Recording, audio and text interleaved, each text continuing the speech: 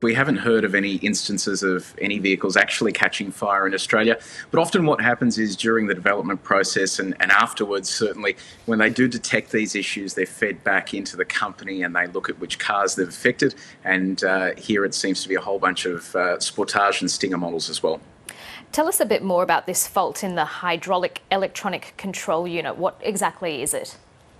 It sounds a little bit confusing, but that device effectively takes care of the car once it's operating in terms of stability control and the ABS. But when the car's switched off, if there is moisture present, it can cause a short circuit and that can result in an engine fire. And you can imagine if you have one of these cars parked in a garage, it really just isn't a good place to have the vehicle if it does end up catching fire. It's a similar recall to the one that Hyundai had recently on around 100,000 Tucsons, where they had similar dramas with engines potentially catching fire. Thankfully, none of those were affected either in terms of vehicles actually catching fire in Australia. And the Kia Sportage is a really popular car, isn't it?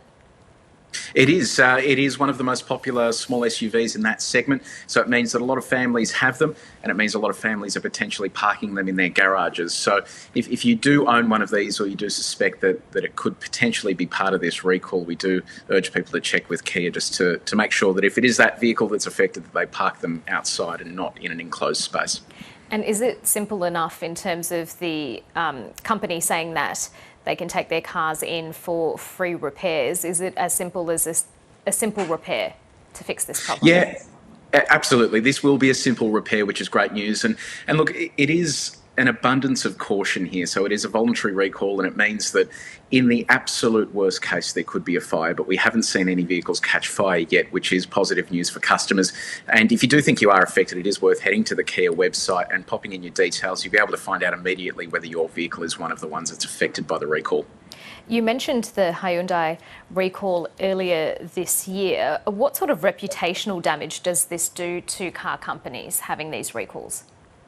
Look, it actually takes a big chunk out of their reputation. While none of the cars have actually caught fire because of this issue, it is in the back of people's minds, and you don't want to be driving a car like this that has that potential for a drama. But thankfully, none of them actually have been affected in Australia in terms of vehicle fires. But it is something that consumers need to think about, and these are voluntary recalls, which means they're initiated by the car company as opposed to a forced recall, similar to what we've seen with the Takata airbags. And your advice to the affected car owners is to definitely not park it in their garage, as you said. Yeah, if your vehicle is one of the ones affected, simply head to the Kia website. You're able to double check very quickly. If you are affected, don't park the car within an enclosed space and just get it checked out by Kia as soon as possible. It's highly unlikely that anything will go wrong, but it's better to be safe than sorry.